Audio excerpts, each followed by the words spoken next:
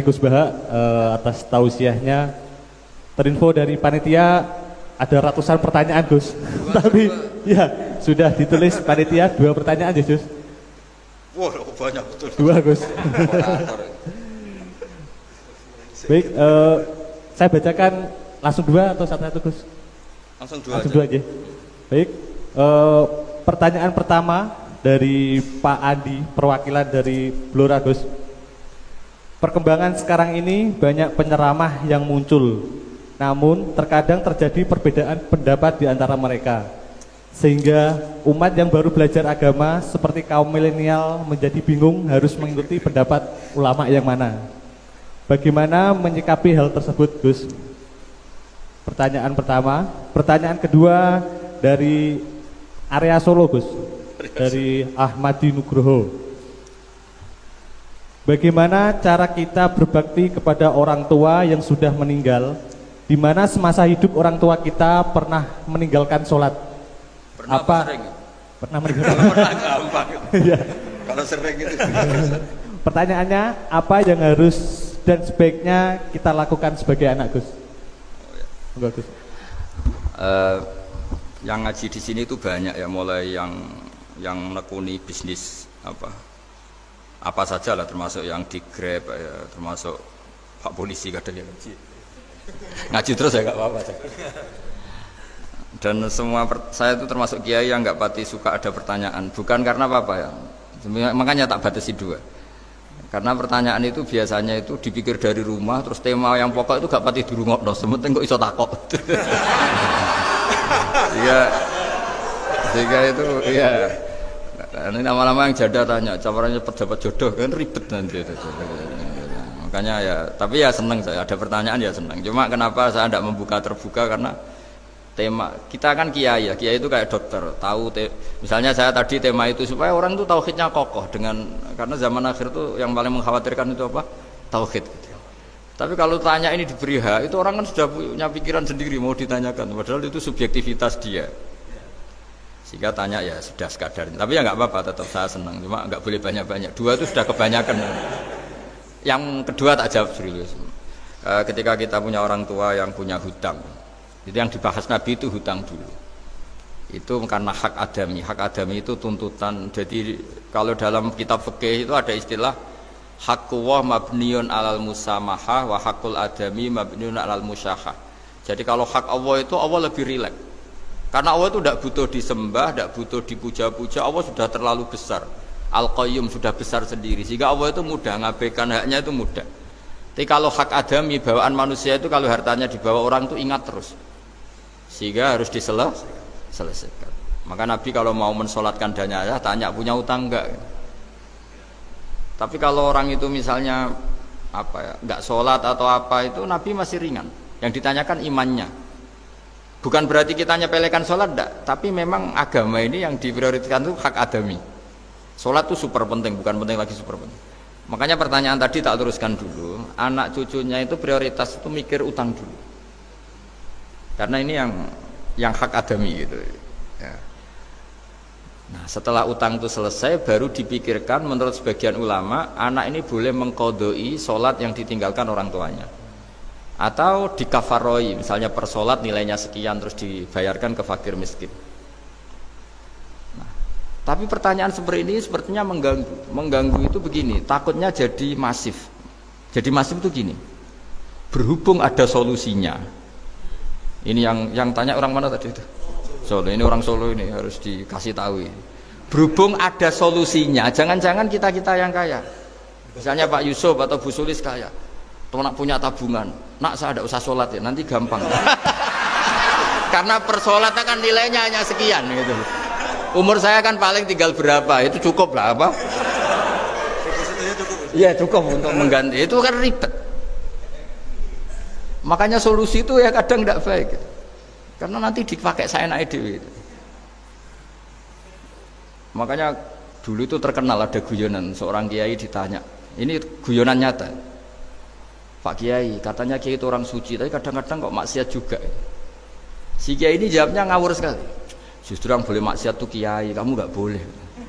Terus, kenapa Pak Kiai? Dia tahu caranya tobat, kamu nggak tahu. Kacau kan? Jadi yang melanggar hukum itu kan yang pakar hukum. Tahu itu. Tahu ilmunya. Cara melanggar tapi nggak bisa dipidanakan itu. Punya penghapusnya Gus. Ya punya penghapusnya. Itu kan ribet kan.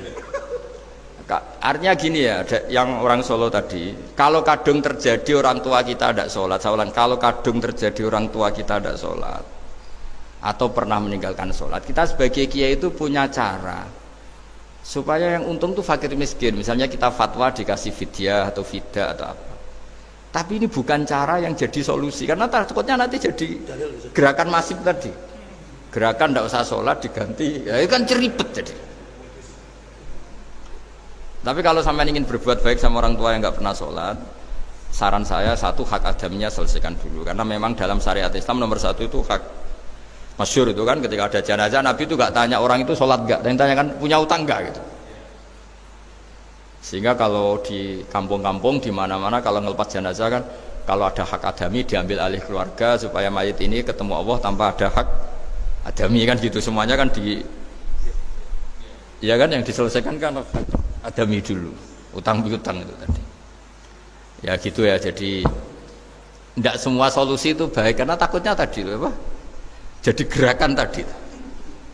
Makanya kita jadi kiai sering bingung gitu, karena mau nggak fatwa itu ada yang tanya, mau fatwa takutnya tadi.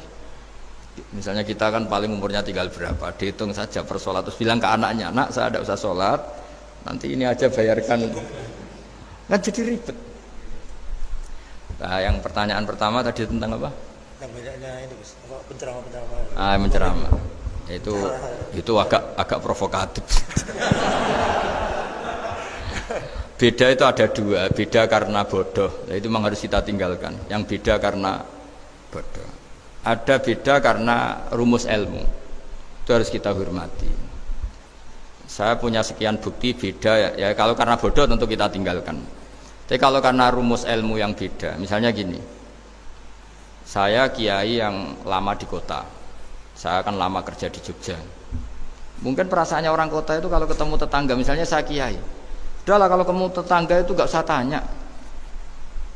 Ya kalau ketemu biasa aja, tidak usah tanya, tidak usah ramah, biasa aja. Itu mungkin bagus nasihat itu di kota, karena kalau di kota itu ketemu tonggo takok badhe tempundi mau kemana itu ganggu privasi. Sehingga bagian dari kebaikan baik sama tetangga ya jangan tanya, karena itu ganggu apa? Privasi. Tapi kalau di kampung dianggap sombong kan nggak tanya. Nah hal-hal seperti ini itu perbedaan karena ilmu. Memang di kota kulturnya seperti itu, di kampung seperti ini. Nah itu bukan perbedaan karena kondisi muqtadul hal, memang kondisinya berbeda. Ya kondisinya apa? Berbeda. Misalnya saya sebagai kiai kan, bayangkan kiai itu suka lah ngaji ibadah. Terus kamu karena orang kota sukanya pizza, terus Gus kesini Gus ayo naik makan pizza bareng, kan saya malah terganggu. Kamu niatnya hormat tapi ganggu karena. Nah. Sehingga dulu sahabat, ini cerita sahabat, ada sahabat yang ditanya tabiin itu generasi setelah sahabat. Sifli wajah Rasulillah, tolong jelaskan ke kami wajah Rasulillah Shallallahu Alaihi Wasallam. Ini sahabatnya nangis. Oh maaf sekali, saya tuh gak pernah melihat wajahnya Nabi, meskipun saya berpuluh-puluh tahun jadi sahabat. Juga gak pernah sowan Nabi. Saya sering jamaah sama beliau. Ditanya kenapa? Saya tuh sungkan, beliau terlalu wibawa. Jadi bentuk penghormatan sahabat ini ke Nabi justru gak berani melihat wajahnya. Dan bukti penghormatan pada Nabi, dia gak pernah sowan. Nabi itu punya anak, punya istri, punya cucu. Kalau sowan tuh ganggu. Jika dia cara berpikir, ya itu bentuk hormatnya. Ya itu ya sah saja mau dia cara berpikir ditakdir begitu. Tapi ada beberapa sahabat yang justru saking cintanya sering melihat wajah Nabi, sering sowan Nabi. Itu haknya mau dia cara berpikir begitu. Nah kira-kira seperti itu. Jadi perbedaan itu ada dua. Ada yang karena bodoh, itu tidak kita ikuti. Tapi ada perbedaan karena pengetahuan. Ya kalau karena pengetahuan harus kita ikuti, karena memang itu ya itu kan urusan sudut pandang. Dulu ketika Mekah dikuasai Sayyidina Umar, setelah Fathu Mekah dan Umar sudah kuat betul, itu banyak sahabat yang dulunya orang Mekah itu sama Umar disuratin, cobalah kembali ke Mekah. Di Mekah itu kamu sholat di Masjid Haram sebagaimana 1000 sholat. Sekarang Mekah aman milik kamu, silahkan kembali ke Mekah. Tapi jawabnya sahabat tuh nggak mau. Paling di Mekah hanya dapat pahala 1000 sholat. Tapi kalau mengislamkan orang di daerah-daerah pedalaman itu dakbul ambiya. Ciri khas Nabi itu yang membenarkan orang itu, bukan di satu tempat. Terus sampai nambahi surat ini, wa alam anal ardo lam tuqaddis ahad, dan bumi itu tidak bisa loh mensucikan orang. Abu Lahab itu orang Mekah, Abu Jahal orang Mekah, tapi tetap begitu. Akhirnya jenis ini berpikir, ya sudah lah, gak di Mekah gak apa-apa. Andai kan Mekah itu bisa mensucikan orang, gak ada Abu Jahal, gak ada Abu Lahab. Akhirnya para sahabat gak kembali ke Mekah, tapi berkelana ke Syria, ke Sam. Akhirnya ada Islam di mana-mana.